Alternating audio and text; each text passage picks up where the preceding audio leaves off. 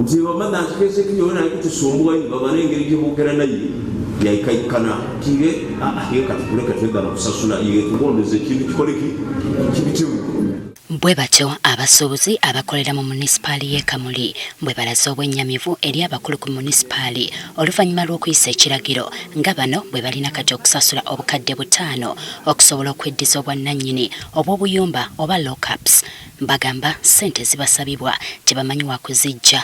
Bano babadde basasula emitwalo 2. Ekitegeeza nti wanaabanga azira miliyoni 5 akalokapu ke kajja kutwalibwa abagayiga beekozeemu omulimu beeteekateeka balirwedde okutwala obulokapu obw'abantu abaki abafuna mpola. Tuli kubona nga mulimu bukibeera ano nga ife otutasobola kusasula ssente oti nedo mu kaseera tebatuweyo.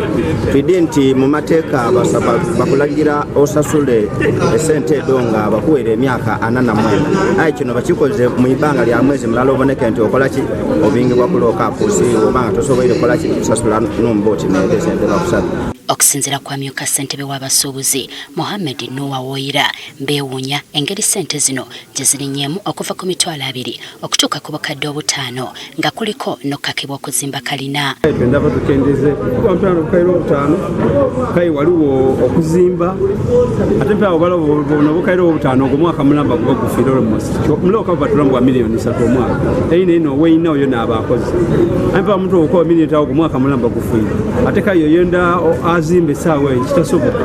Bagamba baddukirako ewa RDC ewa Kawo ne LC5 n'abalala nga bagala kuyambibwa kyokka n'okutuusa olwaleero tebafunanga kuyambibwa kwonna. Meya ni tekiniko babanga bali ekintu kirala nti basazeewo baba wanenaku nga 15 bali kukosinga buli muntu asobole nga asasule miliyoni 5 dazira.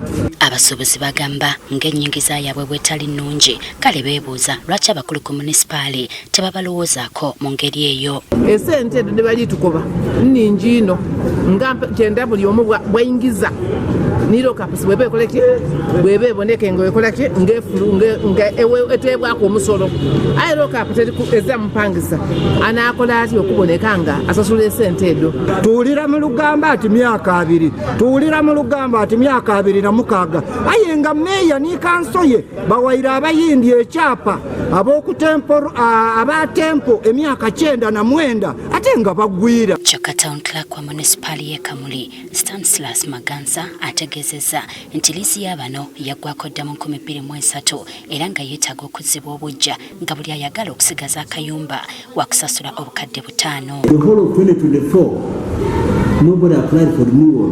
They were staying illegally. So as we talk now, those lockups are property of the council. Mu ngeri y'okubawa amagezi agamba talina busobozi obuyumba abwesonyiwe. Yes, there are people who are willing, even including their own tenants, those who are renting those lockups, they are willing to pay. Singa bano balemererwa ssente zino olwo kanso yakuzimba n'okuddabiriza obuyumba buno ebweddize oluba n'abasuubuzi bafuuke bapangisa.